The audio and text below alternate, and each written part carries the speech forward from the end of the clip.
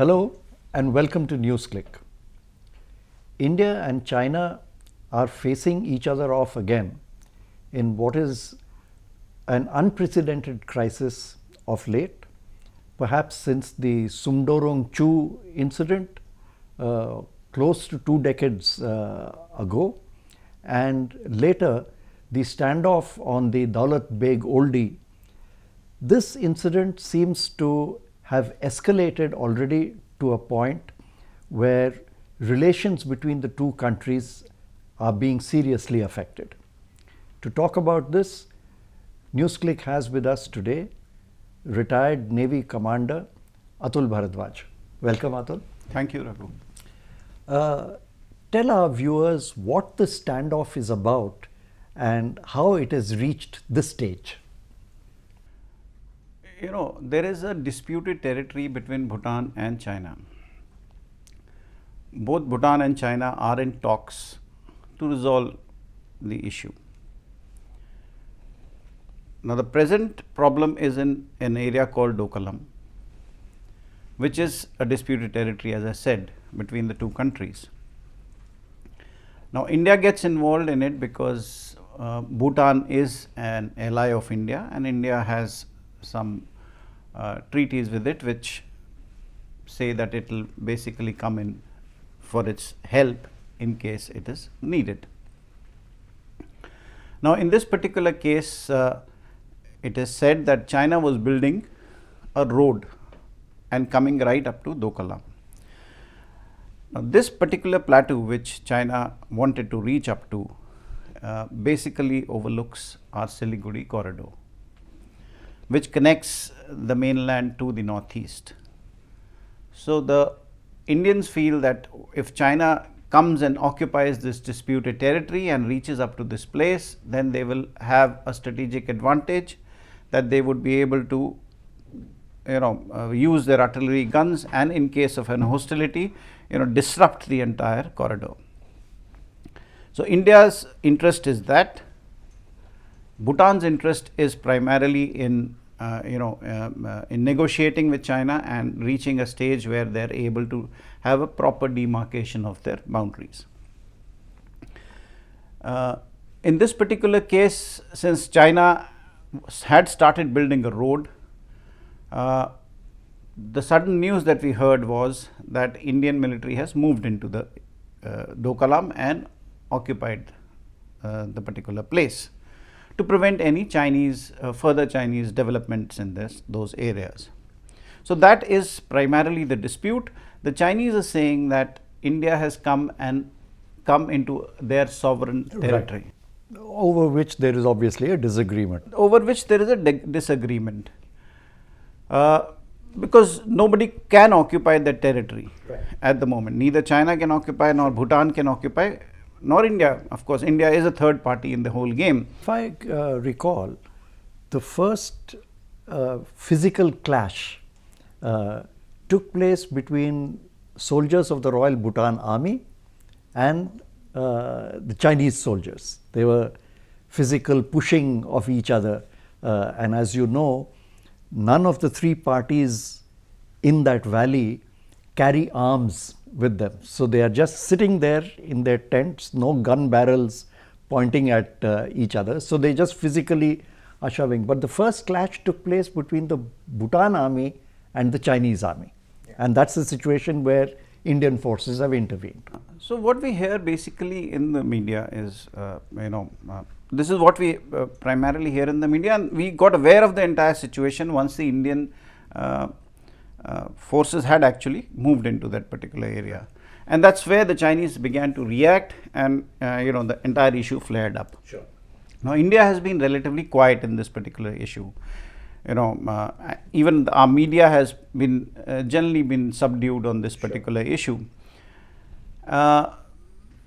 So, because we primarily feel that we are in a little more advantageous situation at the moment, because we prevented Chinese from achieving their aims, and we are withholding our ground at the moment. What we need to ask ourselves is, what were those diplomatic moves made prior to India escalating it to military levels. We have our military presence there. We also see that Chinese are now making some diplomatic moves, some using some harsh language. But what language did India use? What diplomatic language did India use prior to sending its troops there? Now, how did that happen? How did we reach that stage of escalation where militaries got involved and diplomacy took a backseat? Now, that answer we are not able to find till now. Okay. China is holding virtually press briefings every day in China, issuing fairly detailed statements as to what is happening and so on, giving its position. India's messaging seems to be far more silent on this issue. Do you think this is a calculated move on India's part, or should they have been more forthcoming and made their position public better? No, as I said, India has been pretty reticent about this entire issue. They played their cards close to the chest, because one reason of obvious is that India is, it's not the Indian territory which is at stake at the moment. Nor have the Chinese actually, infringed on any particular Indian territory. The Indians have actually moved in, so Indians are actually holding the cards close to the chest. So they feel that they are in an advantageous position. Let the Chinese make the noise and let the Chinese give the concessions to us. Okay. And the Chinese are saying Indian troops must withdraw as a precondition to any discussions or negotiations. Yeah. So they want this territory to be vacated before any negotiations to happen. Yeah, but that also begs the question, this territory is a disputed territory, and if it is to be vacated, it's to be vacated by all parties to the dispute. What we've not heard is the Chinese military occupying it. Well, the reports today in the Indian press says that the field commander locally in the army has said, this is now beyond us. The army cannot do anything more. This is now a matter which has to be resolved by the political leadership. So we are now have no further role to play. So that effectively basically means, that India, if it has to withdraw from that particular place, which could be a solution. If India was to occupy it, then the whole continue to occupy it militarily, then the whole thing escalates to a next level. The Chinese may take some other military steps, and then how to de-escalate that entire situation would be a problem. Because the militaries have to go back. If we have to find a solution, the militaries have to go back from both sides. Yes. And since India is in larger number in a territory which is in a foreign territory, so first probably the steps could be taken that both withdraw at the same time probably. Okay. Let me ask a related question. We've not seen in India so much. If this had involved Pakistan, we would have seen the media reacting far more vigorously.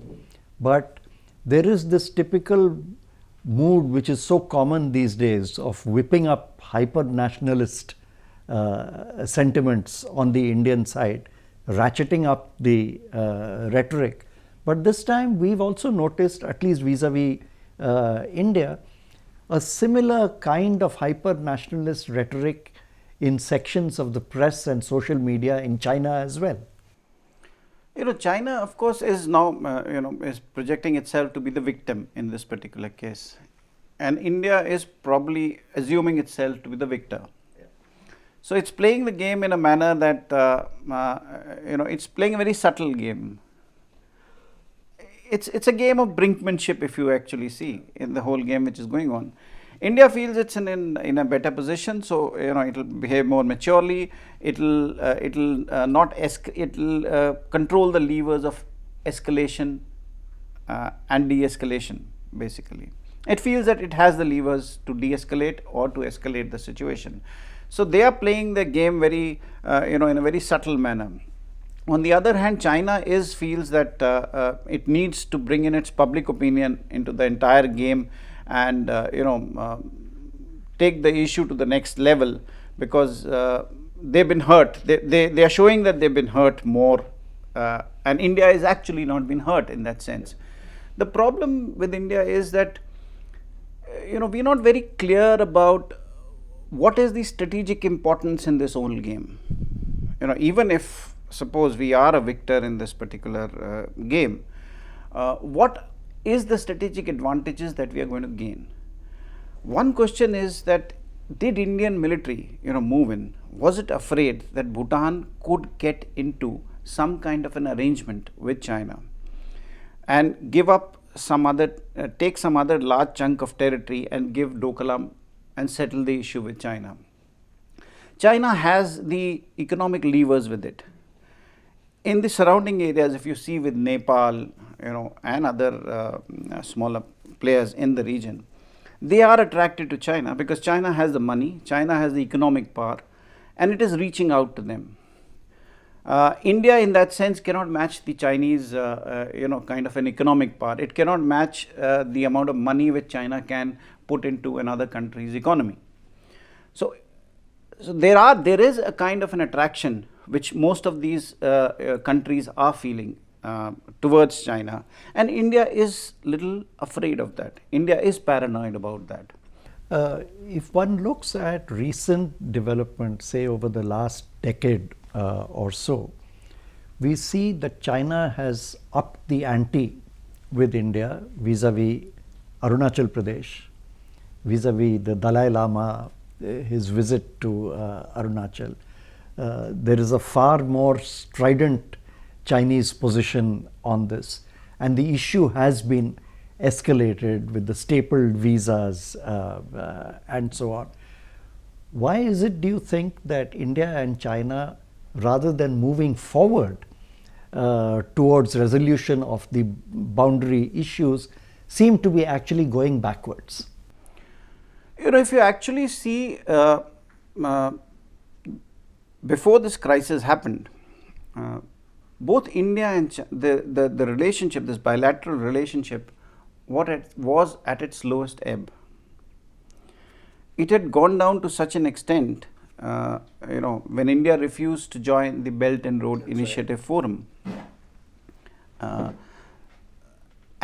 there is no probably, I would say, an aspiration to have good relations with China. I will look at it more from Indian perspective because I read India more and I meet Indians more on this particular issue. So one gets a feeling that there is no initiative coming from India to have good relations or to improve relations with China. Our trade, which is about $70 billion, had stood where it was. Even Vietnam, a smaller country, trades much more with China than what we do. Then there are constant, calls in India which say that we must boycott Chinese goods, and a whole lot of. Then we use the Dalai Lama card also. So we don't want a good relationship with China. Our strategy is not clear as to what is it that we want from China, nor are we willing to understand China, what kind of a power it is. So in that sense, to expect the relationships to grow, is asking for too much. Just 3 years back, Xi Jinping, when he had come to Delhi, he was swinging with Modi. But see the rate of deterioration of the relationship. In 3 years, we've now come to a stage where talking war. Yeah. Now that is, that represents a failure of diplomacy, probably on both parts. Yes. And why has diplomacy taken a back seat in this entire bilateral relationship?